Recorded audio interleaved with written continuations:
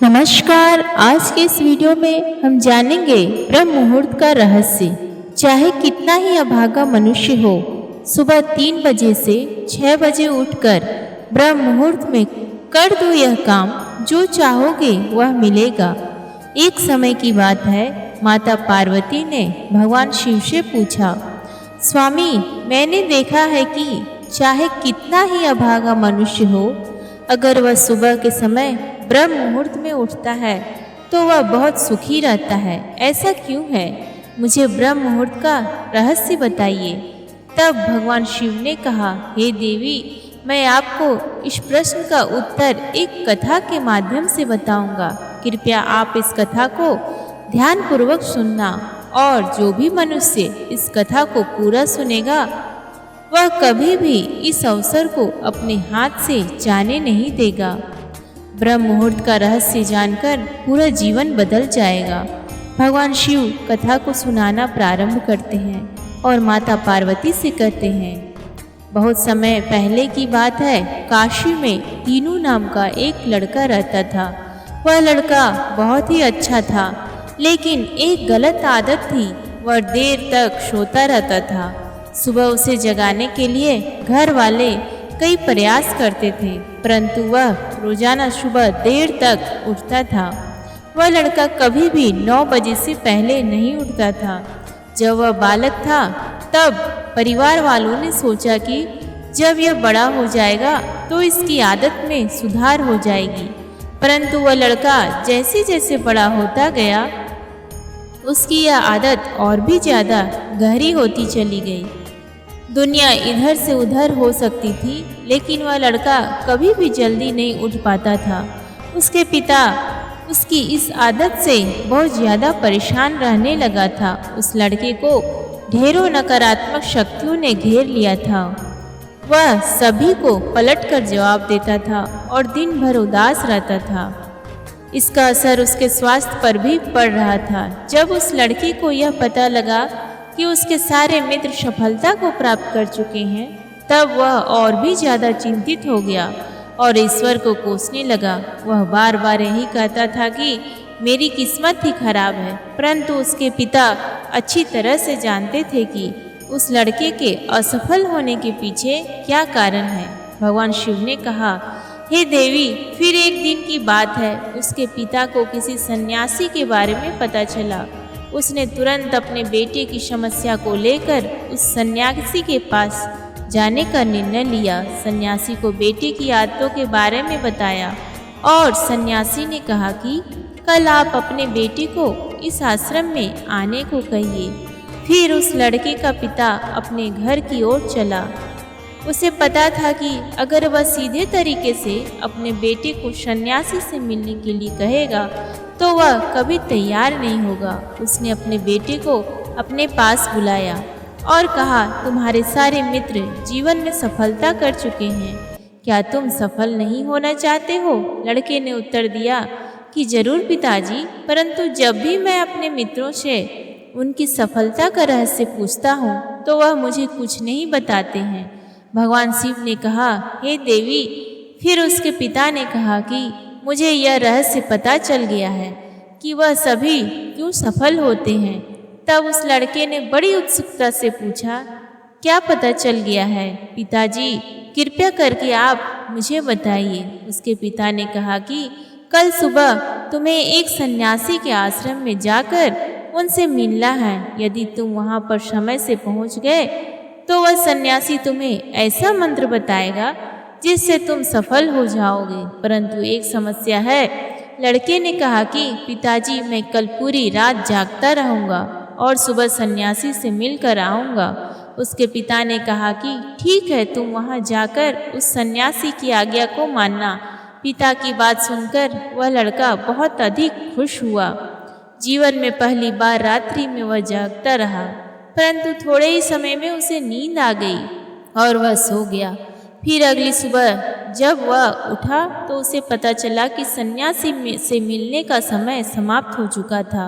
उसके पिता ने लड़के की तरफ देखा और कहा कि तुम जीवन में कभी सफल नहीं हो पाओगे और जाकर सो जाओ। पिता की यह बात सुनकर उस लड़के को बहुत दुख हुआ। उसने मन ही मन स्वयं को चुनौती दी कि कल सुबह वह सन्यासी से मिलने अवश्य जाएगा। उसने अपने पैर में एक छोटा सा घाव बना लिया, जिससे दर्द के कारण उसे रात भर नींद नहीं आई। भगवान शिव ने कहा कि हे देवी, यह ऐसा पहला अवसर था जब उसने अपने जीवन में पहली बार सूर्योदय देखा था। वह तुरंत ही तैयार होकर सन्यासी से मिलने के लिए चला गया। आज उसका अनुभव कुछ अलग ही था। वह बेहद शांत महसूस कर रहा था। चलते चलते वह लड़का जैसे ही सन्यासी के आश्रम में पहुंचा तो वहां पर उसने देखा कि सन्यासी और उसके सभी शिष्य ध्यान लगाकर बैठे हुए थे। भगवान शिव ने कहा, हे देवी, फिर जब ध्यान का समय समाप्त हुआ तब लड़का उस सन्यासी के पास पहुंचा और उन्हें प्रणाम करते हुए बोला कि आपके पास कोई ऐसा मंत्र है जिससे मैं सफल हो सकता हूँ? कृपया करके मुझे वह मंत्र बताइए। मैं भी अपने मित्रों के समान सफल होना चाहता हूँ और अच्छा जीवन जीना चाहता हूँ। भगवान शिव ने कहा, हे देवी। फिर सन्यासी मुस्कुराए और बोले, अच्छा, तो तुम ही वही बालक हो जो तुम्हारे पिताजी मुझसे मिलने आए थे और उन्होंने तुम्हारे विषय में मुझे सब कुछ बता दिया था। मैं तुम्हें वह मंत्र अवश्य बता देता हूँ। परंतु अब लड़के ने जैसे ही परंतु शब्द सुना तो लड़का घबरा गया। उसने पूछा, परंतु क्या गुरुदेव? तब सन्यासी बोला, मैं तुम्हें वह मंत्र बताऊंगा, परंतु अगले 21 दिनों तक तुम्हें मेरी आज्ञा माननी होगी।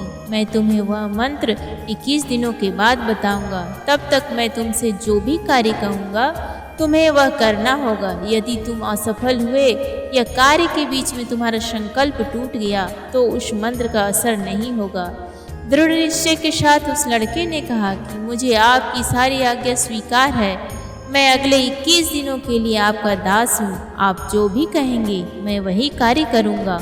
मुझे केवल और केवल उस मंत्र के बारे में जानना है। भगवान शिव ने कहा, हे देवी। फिर सन्यासी ने उस लड़के से कहा कि ठीक है, कल से तुम्हारा कार्य शुरू होगा। तुम इसी परिश्रम से निवास में रह करोगे। वह लड़का आश्रम में निवास करने के लिए तैयार हो गया। सन्यासी ने कहा कि यहाँ रहते हुए तुम्हें ब्रह्म मुहूर्त में उठना होगा और दूसरे शिष्यों की तरह ध्यान और तप करना होगा। साथ ही आश्रम के कार्यों में भी सहायता करनी होगी। ध्यान रहे, यह संकल्प टूटना नहीं चाहिए। भगवान शिव ने कहा, हे देवी। अब लड़का सन्यासी की बात से सहमत हो गया और अगले दिन से उसके कार्य के दिन की शुरुआत थी। इस बार उसने दृढ़ निश्चय किया, परंतु 1 सप्ताह बीतने के पश्चात ही उसका संकल्प टूट गया और वह 8वें दिन देर तक सोता रहा। जब वह नींद से जागा तो उसने कहा कि मुझसे कितनी बड़ी भूल हो गई। वह रोते हुए सन्यासी के पास पहुंचा और कहने लगा कि हे गुरुदेव, मेरा संकल्प टूट गया है। अब मैं जीवन में कभी सफल नहीं हो पाऊंगा। सन्यासी ने उसे समझाते हुए कहा कि एक बार फिर से शुरुआत करो, फिर से संकल्प करो। फिर लड़के ने सन्यासी से पूछा कि सुबह उठना इतना आवश्यक क्यों होता है और यहाँ पर सभी लोग इतनी जल्दी क्यों उठ जाते हैं? भगवान शिव ने कहा, हे देवी। तब सन्यासी ने लड़के को समझाते हुए कहा कि सुबह यानी ब्रह्म मुहूर्त में उठने के पीछे बहुत बड़ा विज्ञान छुपा हुआ है। लड़के ने कहा कि कृपया मुझे वह विज्ञान बताने की कृपा करे। सन्यासी ने कहा कि रात्रि को 4 पहर में बांटा गया है। पहला रुद्र काल, जिसका समय शाम 6 बजे से 9 बजे तक होता है। दूसरा राक्षस काल, जिसका समय 9 बजे से लेकर 12 बजे तक होता है। तीसरा गंधर्व काल, जिसका समय रात्रि के 12 बजे से लेकर 3 बजे तक होता है। और सबसे अंत में जो पहर आता है उसे मनोहर काल कहते हैं। इस समय को ब्रह्म मुहूर्त या अमृत बेला के नाम से भी जाना जाता है। इसका समय भोर के 3 बजे से लेकर सुबह के 6 बजे तक होता है। यह वह समय होता है जब पूरे संसार की नकारात्मक शक्तियाँ निष्क्रिय अवस्था में होती है और सकारात्मक शक्तियाँ सक्रिय होती है। ब्रह्म मुहूर्त अर्थात देव मुहूर्त। ब्रह्म मुहूर्त का अर्थ देवताओं का समय होता है। भगवान शिव ने कहा, हे देवी। वह सन्यासी आगे कहता है, इस समय देवता धरती पर विचरण कर रहे होते हैं और जागृत मनुष्य पर उनका बड़ा ही सकारात्मक प्रभाव पड़ता है। ब्रह्म मुहूर्त ऐसा समय होता है जिसमें मनुष्य का मस्तिष्क बिल्कुल खाली होता है, जिसमें किसी प्रकार के कोई विचार नहीं होते हैं। और जब इस समय व्यक्ति अपनी पुस्तक खोलकर पाठ का अध्ययन करते हैं तो उन्हें सब कुछ जल्दी जल्दी याद भी हो जाता है और यह लंबे समय तक याद रहता है। यह ऐसा समय है जिसमें हम ज्ञान को समझाने का प्रयास करते हैं। इस कारण आश्रम के सभी शिष्य और संसार में बहुत से ज्ञानी लोग ब्रह्म मुहूर्त में उठ जाते हैं। प्राचीन काल में रोशनी का तो कोई स्रोत न होने के कारण लोग अपने दिन का समापन सूर्यास्त के साथ और आरंभ सूर्योदय के साथ करते थे। यह एक तरीका है जिससे मानव जीवन प्रकृति के साथ तालमेल बनाकर चलता है। भगवान शिव ने कहा, हे देवी। फिर उस लड़के ने कहा कि ठीक है, मैं कल से अपना संकल्प फिर से शुरू करता हूँ, परंतु ब्रह्म मुहूर्त में उठकर मुझे क्या क्या करना चाहिए। तब सन्यासी ने कहा कि ठीक है, मैं तुम्हें बताता हूँ कि ब्रह्म मुहूर्त में क्या करना चाहिए और कैसे करना चाहिए।